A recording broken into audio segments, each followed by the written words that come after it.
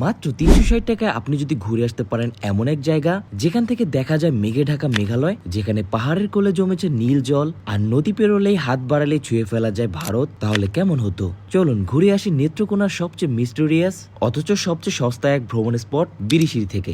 Anyway, আমাদের যাত্রা শুরু হয় ঢাকা বিমানবন্দর থেকে। বিমানবন্দর থেকে আমরা একটা লোকাল বাসে করে মাত্র ১৩০ টাকা দিয়ে চলে যাই ময়মনসিংহ, এবং সময় লেগেছিল প্রায় ৩ ঘন্টা। ময়মনসিংহ বাস স্ট্যান্ড থেকে আমরা একটা সিএনজি ঠিক করে নিই, যেখান থেকে আমাদেরকে মূলত নিয়ে যাবে নেত্রকোনা দুর্গাপুরে, এবং ভাড়া লাগবে জনপ্রতি ১৭০ টাকা করে। তবে অবশ্যই সিএনজি আলম আমাকে অবগত করবেন যে আপনি পাহাড়ে ঘুরতে যাবেন, দ্যাট মিনস আপনি চীনামাটির পাহাড়ে ঘুরতে যাবেন। তাহলে সিএনজি আলম আপনাকে সরাসরি নামিয়ে দিবে সোমেশ্বরী নদীর ঘাটে। ঘাটে নেমে লম্বা এক কাঠের পুল দেখতে পাবেন। চাইলে কাঠের পুল বাইক অথবা অটো দিয়ে পার হতে পারবেন। এমনকি এইখান থেকে আপনি বাইক অথবা অটো রিজার্ভ করতে পারবেন, যার মাধ্যমে আপনি সবগুলো স্পট ঘুরতে পারবেন। তবে আমি রিকমেন্ড করব আপনারা হেঁটে কাঠের পুল পার হবেন। শুধুমাত্র হেঁটে পার হলেই আপনারা ফ্রিতে কাঠের পুল দিয়ে যেতে পারবেন। অটো অথবা বাইক নিয়ে যদি যান সেক্ষেত্রে নির্দিষ্ট পরিমাণে একটা টোল দিতে হবে। সো কাঠের পুল পার হওয়ার পরে আমরা একটা অটো ঠিক করে নিই, যেখানে জনপ্রতি লাগবে ৩০ টাকা করে, এবং আমাদেরকে নিয়ে যাবে চীনামাটির পাহাড়ে।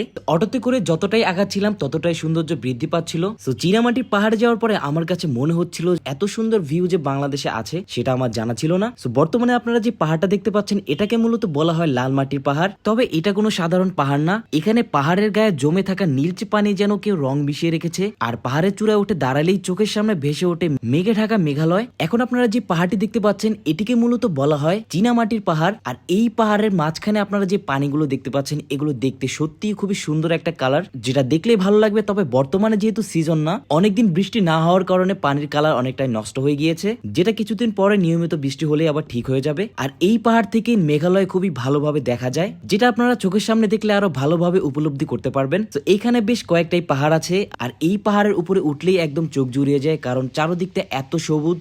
আর এই পাহাড়গুলোর মাটি কিন্তু সাধারণ কোনো মাটি না, এগুলো হচ্ছে চীনামাটি, যা সিরামিক শিল্পে ব্যবহার করা হয়। এবং খাবারের জন্য এখানে হোটেল রয়েছে, চাইলে এখান থেকে আপনারা খাওয়া দাওয়া করতে পারবেন। এবং খাবারের মান নিয়ে বলতে গেলে এখানে খাবারের কোয়ালিটি মোটামুটি, তবে দাম তুলনামূলক বেশি। সত্যি বলতে এই জায়গাটা খুবই রিল্যাক্সিং ছিল। ড্রোনে আমি যতটুকু দেখছিলাম পাহাড় ওঠার পরে সৌন্দর্য বেড়ে গিয়েছিল তার কয়েক গুণ। এবং এইখানে কিন্তু বেশ কয়েকটা দোকান আছে যেখান থেকে আপনারা বিভিন্ন রকমের কসমেটিক্স আইটেম কিনতে পারবেন, যার বেশিরভাগই হচ্ছে ইন্ডিয়ান। তবে আপনার বুঝে শুনে কিনতে হবে, এখানেও কিন্তু ধোকাবাজি আছে। সো এইখানে একটা দুপুর কাটিয়ে দেওয়ার পরে আমরা এখান থেকে জিরো পয়েন্টে যাওয়ার জন্য একটা অটো ভাড়া করে নিই, যেখানে জনপ্রতি খরচ ছিল ৩০ টাকা করে। এবং জিরো পয়েন্টের কাছে যেতেই আমাদেরকে থামিয়ে দেওয়া হলো। সো এরপরে বিজেপি ক্যাম্প হয়ে আমরা এইরকম একটা সরু রাস্তা ধরে হেঁটে চলে যাই সোমেশ্বরী নদীর ঘাটে। এবং সোমেশ্বরী ঘাট থেকে আমরা একটা নৌকা ঠিক করে নিই। মূলত এখানে অতিরিক্ত পরিমাণে ভাড়া চাওয়া হয়, তবে আপনাদের দামাদামি করে নিতে হবে। আমরা যাওয়া এবং আসার জন্য জনপ্রতি ৬০ টাকা করে ধরেছি, তার মানে যেতে হচ্ছে ৩০ টাকা, আসতে ৩০ টাকা। মূলত আমাদেরকে বোটে করে নিয়ে যাবে জিরো পয়েন্টে। তো শেষ বিকেলে সোমেশ্বরী নদীর সৌন্দর্য ছিল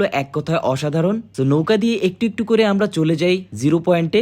নৌকা থেকে নেমে আমরা হাঁটতে হাঁটতে একটা পর্যায়ে চলে যাই ভারতের একদমই সীমান্তে, যেখানে দাঁড়িয়ে আপনি খুব কাছে থেকে ভারত দেখতে পাবেন। তবে সতর্কতা অবলম্বন করাই ভালো। আর আমি এখন বর্তমানে যেইখানটাতে দাঁড়িয়ে আছি এটা হচ্ছে ভারতের ভিতরে, আর ওই পাশে হচ্ছে সোমেশ্বরী নদী, যেটা বাংলাদেশের। তো সারাদিন ঘোরাঘুরি শেষ করে আমরা আবার সেদিনই ব্যাক করি ঢাকাতে। সো এটা একদিনের খুবই ছোট একটা জার্নি ছিল, যেটা আমি বেশ এনজয় করেছি।